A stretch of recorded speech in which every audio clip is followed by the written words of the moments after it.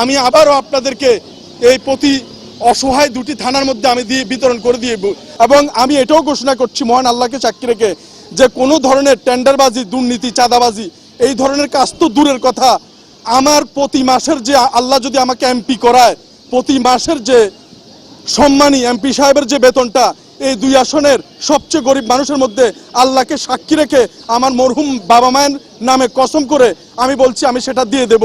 একটি মাসের এমপির বেতন কিংবা ভাতা আমি আমার বাসায় নেব না। আমি আমার ঘর এখনো করিনি। যতদিন পর্যন্ত কবিরহাট কোম্পানিগঞ্জের কোনো মানুষ গৃহহীন থাকবে, একজন এমপি হিসাবে আমি ঘর করব না। এবং বাংলাদেশের স্বাধীনতার পর থেকে এখনো পর্যন্ত রাস্তার পচা গলা বেওয়ারিশ মানুষদের একটি বেওয়ারিশ হাসপাতাল, মেডিকেল কলেজ কিংবা স্থাপনা কিছুই হয়নি। সরকার কিংবা বেসরকারিভাবে কেউ এগিয়ে আসেনি।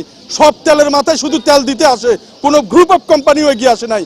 এই নোয়াখালীতে কথা দিয়ে যাচ্ছি, সংসদ থেকে পদত্যাগ করে চলে আসব, আর না হলে এই বাংলার মাটিতে বেওয়ারিশদের জন্য, সারা বাংলাদেশের বেওয়ারিশ মানুষদের জন্য একটি বেওয়ারিশ মেডিকেল কলেজ স্থাপন করে ছাড়বো ইনশাআল্লাহ।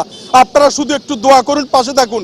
আওয়ামী লীগ, জামাত, বিএনপি, জাসদ, বাসদ, এনসিপি সবাই আমার ভাই, সবাইকে আমি ভালোবাসি, কারোর সাথে আমার দ্বিমত নাই, প্রত্যেকের জন্য দোয়া করি। কিন্তু আওয়ামী লীগ, বিএনপি, জাসদ, এনসিপি কেউ যদি এই একটা আসন নাও পায়, ওনাদের কিচ্ছু আসে যায় না, তারা সংস্কার গঠন করতে পারবে। কিন্তু আমি যদি একটা আসন পাই, বাংলাদেশের সকল বেওয়ারিশ মানুষ জিতে যাবে।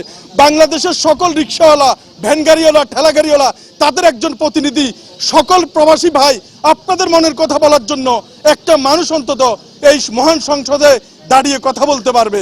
এবং আমি কথা দিয়ে যাচ্ছি, আমার কোনো অন্যায় আচরণের জন্য আমার বাবা মা সহ আমাকে নিয়ে আপনারা গালি দিতে পারবেন, কিন্তু কোনো সংসদ সদস্য তো দূরের কথা, এমপিতে দাঁড়াইছে এরকম হ্যাবিওট কোনো প্রার্থীর নামে যদি এখন নির্বাচনের আগে আপনি একটা কথা বলেন, আপনার মুখ ভোতা করে দেওয়ার মতো অনেক লোক আশপাশে ঘুরতেছে।